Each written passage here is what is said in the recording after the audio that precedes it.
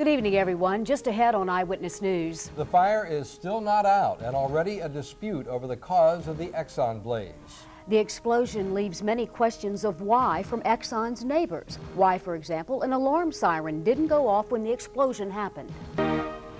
It turned the sky bright orange last night.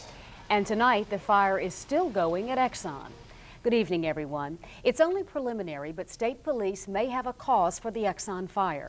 It may all be due to a metal belt. State police say that the blaze may have started when a metal strap supporting gas lines simply snapped. The gas lines apparently collapsed and sparked a series of explosions. State police spokesperson Bobby Guidro says that a band that holds up the gas lines is believed to have snapped. But Exxon officials are saying something rather different. I know that the investigating committee has already talked with some of the people that were out here on site when the explosions occurred, and we've not been able to confirm anything of that type at this point.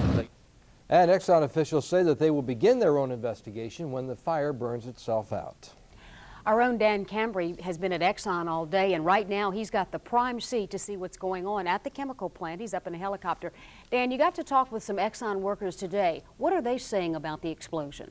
Well, to all of the people that we talked to, all of the workers coming out of Exxon told us, hey, they have no idea. They're not being told anything exactly as to what caused the explosions in the fire, Andy. As you mentioned, we had the best seat in the house, and we certainly do. This has been an interesting fire to watch today. At times, as you can see now, this fire looks like it's almost out. You barely see any flames, and then all of a sudden, 20, 30 seconds later, the flame will spew up. It'll be about 20 feet high. Before any of this, if we get any kind of final answers, these flames are going to have to go out. The unit's going to have to cool off, and it's going to be at least a day or so before, after the fire goes out, that Exxon officials tell me that they can get in here and really do some hard investigating. Things just have to cool off, Annie. Sure looks a lot different, though, from last night. Well, it certainly does. Last night the sky was bright orange, a big plume of smoke. And you know, folks, all of this pipe rack, this maze of pipes that you're seeing and valves probably doesn't mean much to you. I can give you a little human touch on this. What you see on fire down there is the steam cracking unit. What that means to you is that unit makes products that in the long run will turn out rubber for your car tires, alcohol, rubbing alcohol, and a lot of products in between. So it's a very versatile unit that Exxon officials say they'd like to get back up and get into production soon, but they emphasize, Annie, that they want to do it safely. And of course, the good news that we keep telling people is that apparently no serious injuries here, only a sprained ankle last night. And that's probably the best news when you see the fire that we saw and the magnitude of it in the dark sky last night. You're right, it sure does look a lot different. Okay, Dan, thank you very much. That was Dan Cambry aboard AirMed. Dave?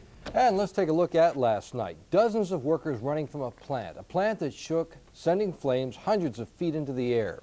Scared neighbors shaken from their primetime couches, and the rest of us worrying about what was in that jet black cloud filling the skies over the plant. That's the way that many will remember August the 8th, 1994.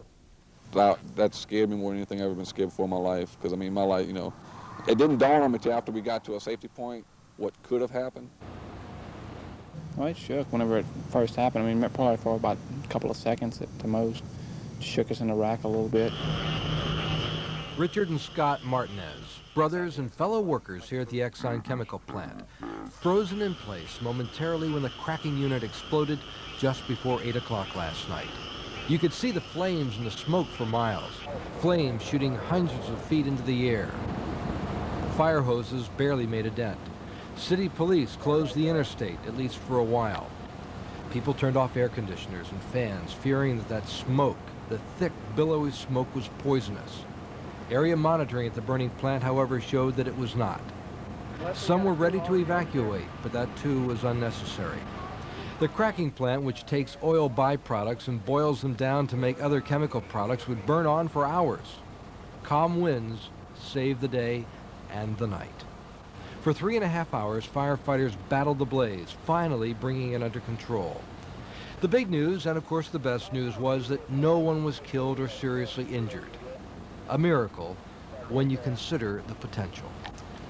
And this, of course, follows a series of fires and explosions at the Exxon complex over the past years. Andrew? You know, Dave, just across Scenic Highway, hundreds of families literally live in Exxon's shadow. They felt the explosion last night and saw the smoke, but then they didn't hear anything. No sirens, no warning.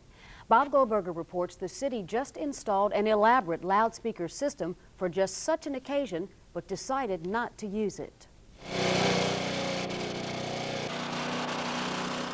We wonder what was going on. We got an emergency system, they don't even use it. Leo Bologna isn't the only one wondering that today. Just about everybody in Garden City has the same question. The city just installed these expensive solar-powered combination siren loudspeakers to warn people here when there's an emergency.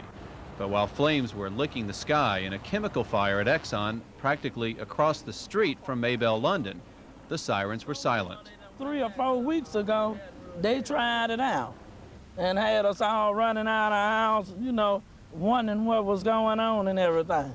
And then when there's a real emergency, they didn't use it. That's right. That was a conscious decision by city emergency officials. Since the fire was not toxic and there was no need to evacuate, they decided to pass up the sirens and send neighbors this phone message instead. At this time, air monitoring shows no immediate danger to the public. They fully realized the computer phone bank would only reach about 60% of the neighbors, more than an hour after the explosion. But officials say they were more concerned about panicking people with the siren. But that reasoning doesn't sit well with Ovi and Linda Brown. Linda grew up across from Exxon. We need the information and let us make our own decision whether we want to get out of the area early or not. Now, of course, hindsight is always 20/20, but now the city leaders have had a full day to reflect on last night's incident. The mayor says he tends to agree with neighbors here that the city probably should have used its new siren system to at least inform neighbors of the situation. He says this is the first time that they've had an emergency since they installed the new sirens, and the mayor promises next time they will be more prepared. More prepared in what way, Bob? Well, right now the city only has 3 recorded messages that it can broadcast over that siren to neighbors here. All 3 of those messages are sort of worst case scenario, you need to evacuate right now. The mayor says they definitely will add at least a 4th message, which will say something to the effect that there has been an incident at one of the plants. Please go inside your house. There is no immediate danger, but turn on your television and radio to listen for more information. That's the kind of message they needed last night. They simply didn't have it. That is indeed the kind of message they needed. Right. Thank you very much, Bob.